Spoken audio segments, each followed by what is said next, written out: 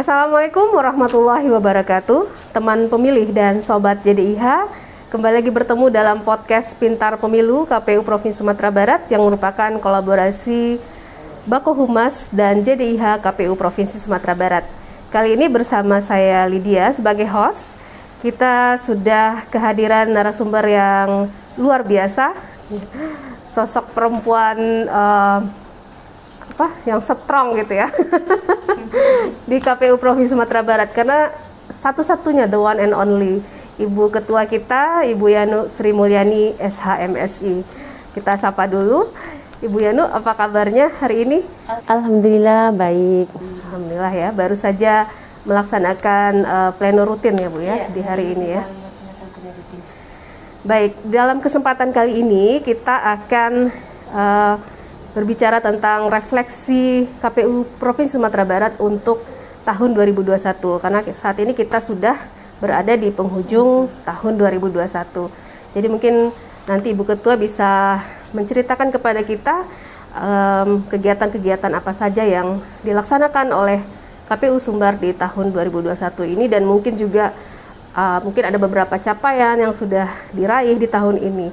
Dan yang untuk pertama kita pengen mungkin mengulas sedikit tentang pemilihan 2020 ya, karena meskipun namanya pemilihan serentak tahun 2020, tapi ada beberapa tahapan yang masih berlanjut di tahun 2021.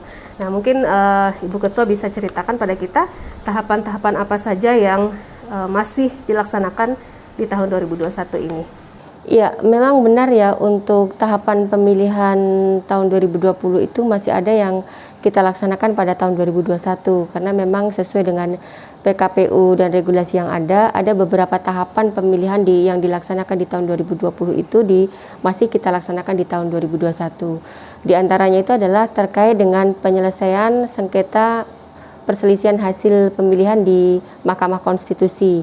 Jadi sebagaimana kita ketahui bersama bahwasannya di Sumatera Barat ini terdapat sengketa PHP di Mahkamah Konstitusi, bukan hanya untuk KPU Provinsi Sumatera Barat saja, tetapi juga untuk KPU kabupaten di beberapa daerah, misalnya di pesisir selatan, kemudian Kabupaten Solo, kemudian Kabupaten Sijunjung, Kabupaten Padang Pariaman, dan Kabupaten 50 Kota. Nah, sesuai dengan PKPU tahapan, bahwasannya kalau ada daerah atau KPU yang sedang bersengketa di Mahkamah Konstitusi, maka ini untuk penetapannya menunggu putusan dari Mahkamah Konstitusi itu sendiri. Kemudian setelah MK memutuskan hasil dari PHP itu sendiri, perselisihan hasil pemilihan, kemudian KPU Provinsi pada bulan Februari tahun 2021 melakukan penetapan hasil pemilihan itu sendiri ya. Jadi hasil pemilihan yang dilaksanakan pada tahun 2020 itu kita tetapkan pada bulan Februari tahun 2021. Jadi ini memang tahapan tersisa yang kita laksanakan di tahun 2021, yaitu penyelesaian sengketa di Mahkamah Konstitusi dan juga penetapan hasil pemilihan itu sendiri. Oke, jadi itu tahapan-tahapan pemilihan 2020 yang masih berlanjut di 2021 ya Bu Ketua ya. Nah, di luar tahapan pemilihan itu kegiatan apa saja yang dilakukan oleh KPU Provinsi Sumatera Barat di sepanjang tahun 2021 ini Bu? Mungkin secara garis besar atau highlightnya yang besar lah, kegiatan-kegiatan yang cukup menonjol gitu ya. Iya, yang dilakukan oleh KPU Provinsi Sumatera Barat di luar tahapan ya, karena memang tahapan pemilihan 2020 setelah kita melakukan penetapan, kemudian hasilnya kita serahkan ke DPRD Provinsi untuk kemudian ditindaklanjuti sampai pada pelantikan, memang tahapan selesai ya. Tetapi kita juga perlu sampaikan kepada masyarakat secara umum bahwasanya meskipun kita telah selesai melaksanakan pemilihan serentak tahun 2020, memang ada kegiatan yang dilakukan oleh KPU Provinsi dalam rangka untuk menyongsong pemilu serentak tahun 2024 ya, dan juga pemilihan 2024. Nah, kegiatan-kegiatan yang kita lakukan ini selain kita mengikuti kegiatan-kegiatan yang dilakukan oleh KPU RI, misalnya kita mengadakan webinar dengan KPU RI, kemudian juga rakor, kemudian ada juga sosialisasi dan juga FGD yang diselenggarakan oleh KPU RI.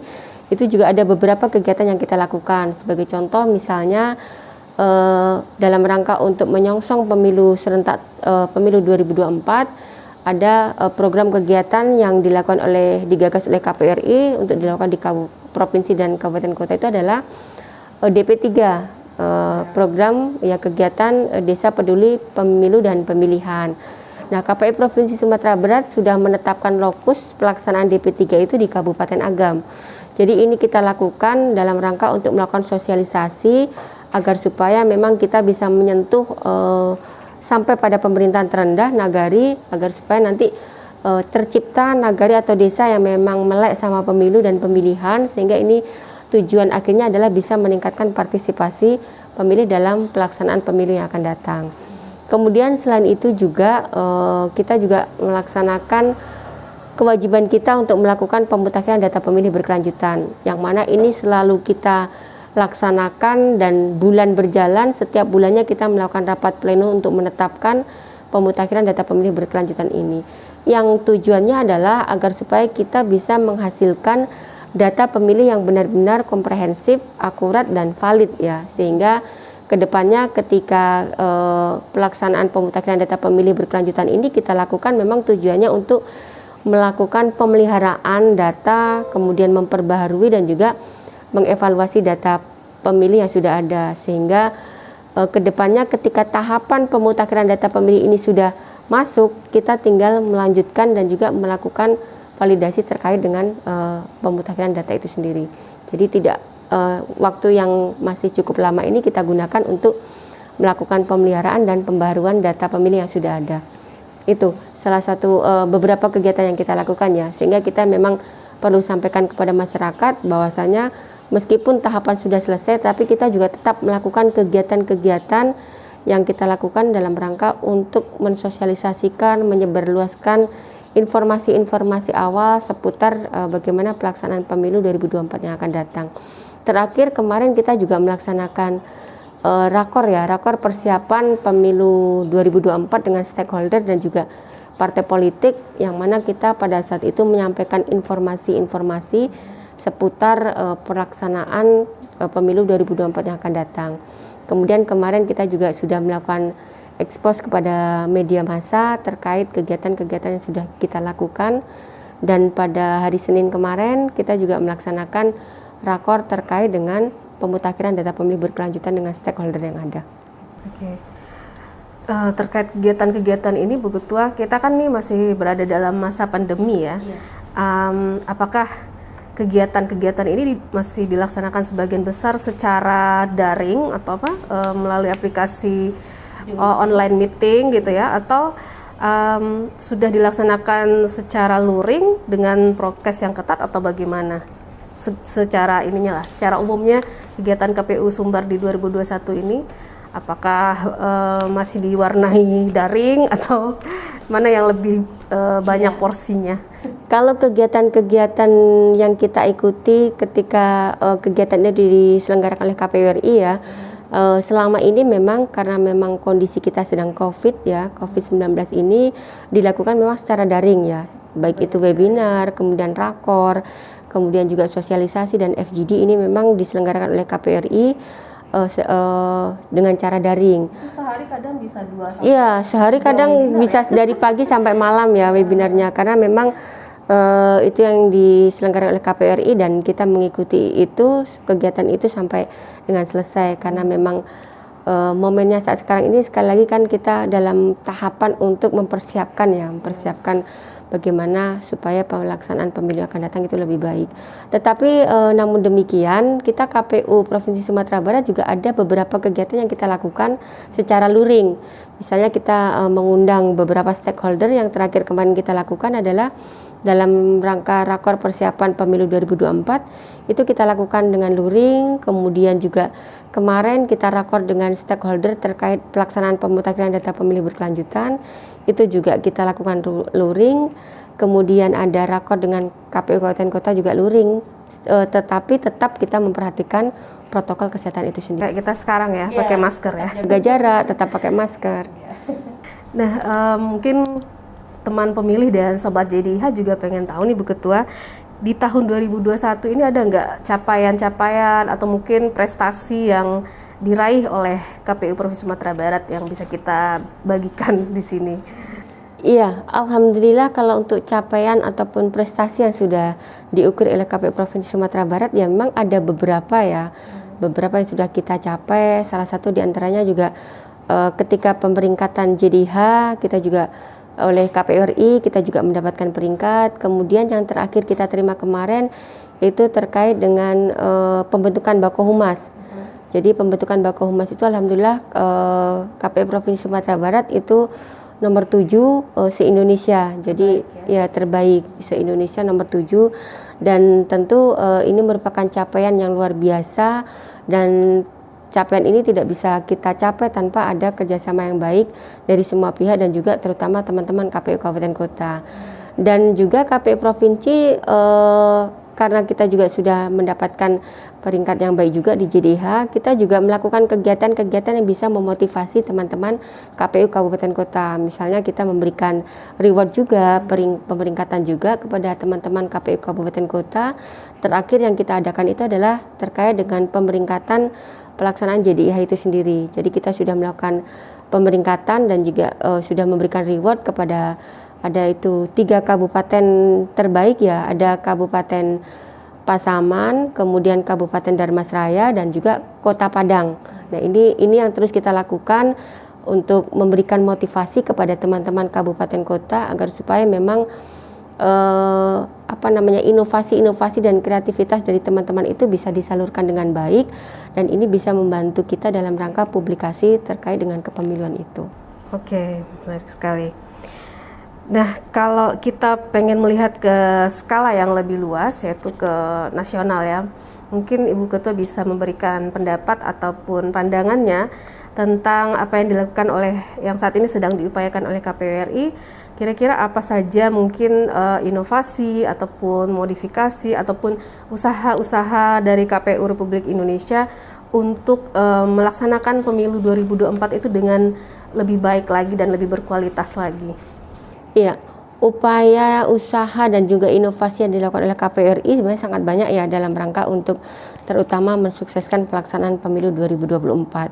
Nah, salah satu yang sekarang masih berjalan, masih selalu dilakukan simulasi ya, ini juga terkait dengan pelaksanaan pemungutan dan penghitungan suara, itu adalah terkait dengan penyederhanaan surat suara.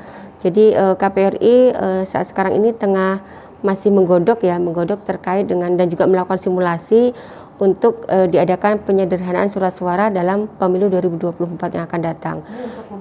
Ini untuk lebih memudahkan pemilih, kemudian juga tentu bisa memudahkan dan juga dikerjakan oleh penyelenggara khususnya di tingkat bawah KPPS karena memang sekali lagi untuk pelaksanaan pemilu 2024 yang akan datang ini sangat kompleks ya. Jadi kita perlu memberikan inovasi kepada pemilih terutama agar supaya memang pemilih tidak merasa kesulitan dan pemilih masih punya keinginan yang tinggi untuk ikut serta dalam pelaksanaan pemilu. Ini salah satunya adalah penyederhanaan surat suara itu sendiri. Kemudian upaya yang lain yang dilakukan oleh KPU RI itu adalah selain DP3 tadi juga salah satunya terkait dengan digitalisasi.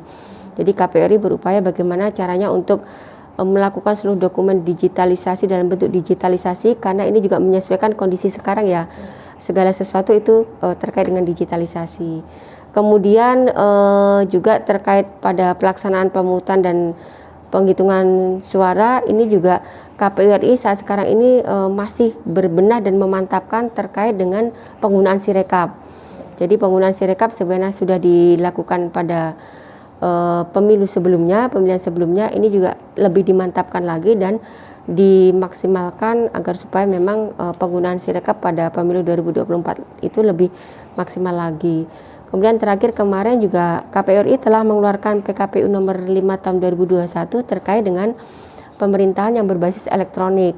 Nah, ini kan dalam rangka KPU RI upaya yang dilakukan ini dalam rangka untuk memang menghasilkan menyajikan data dan juga menghasilkan data yang benar-benar akurat sehingga segala sesuatu yang dibutuhkan oleh publik itu data yang ada disajikan secara elektronik dan mempermudah publik untuk mendapatkan informasi-informasi terkait dengan kepemiluan itu sendiri. Iya, sesuai prinsipnya KPU ya, KPU melayani ya. Jadi harus maksimal. KPU melayani.